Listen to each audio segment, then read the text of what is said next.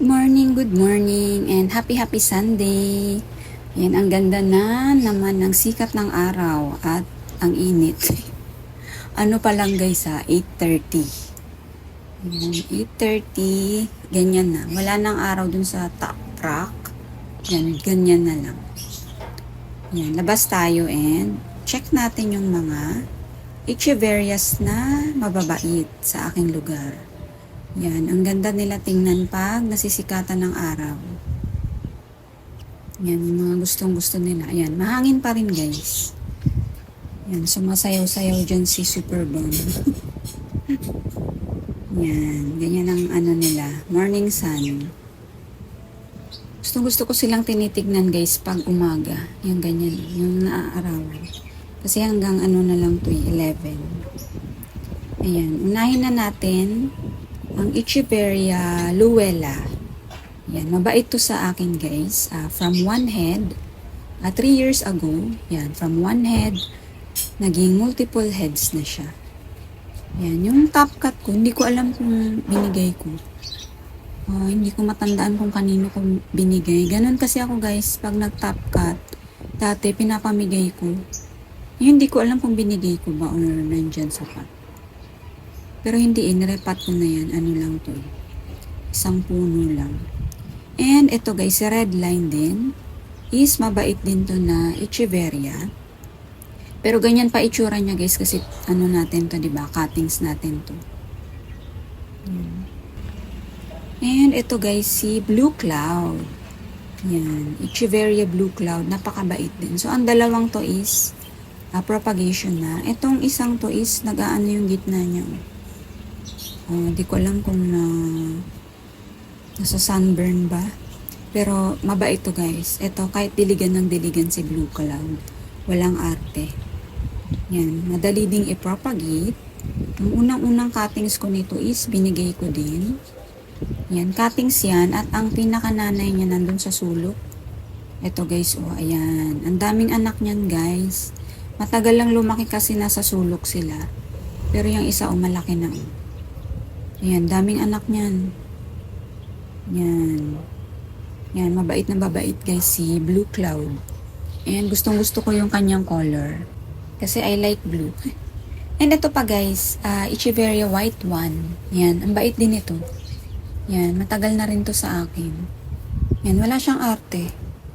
And mafarina din siya, si White One.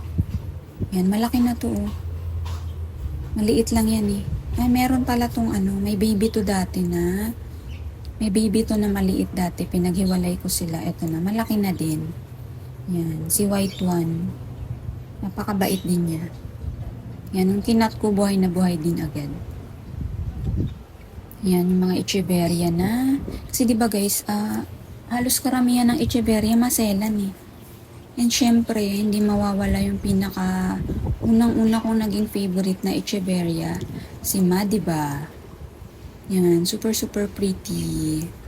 Yan, isa siya sa unang-una kong succulents, 3 years old, mahigit.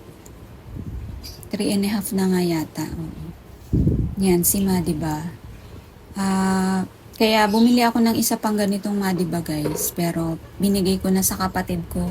Kasi nga nung nagpaayos kami ng bubong is nasisikipan ako. So yung kaya kong ibigay, binigay ko na. So ang next target ko naman yung Madiba na curls. Yan, yung curls naman yung gusto kong i-alagaan. Yan, ang bait-bait ni Madiba.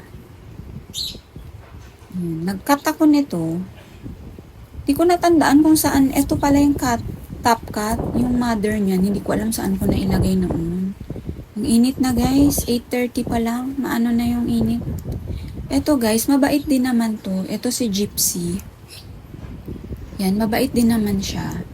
Kaya lang yung kamag-anak niya na pink champagne, yung tinap cut ko guys, namatay yung top cut, nalusaw. Namatay din yung mother.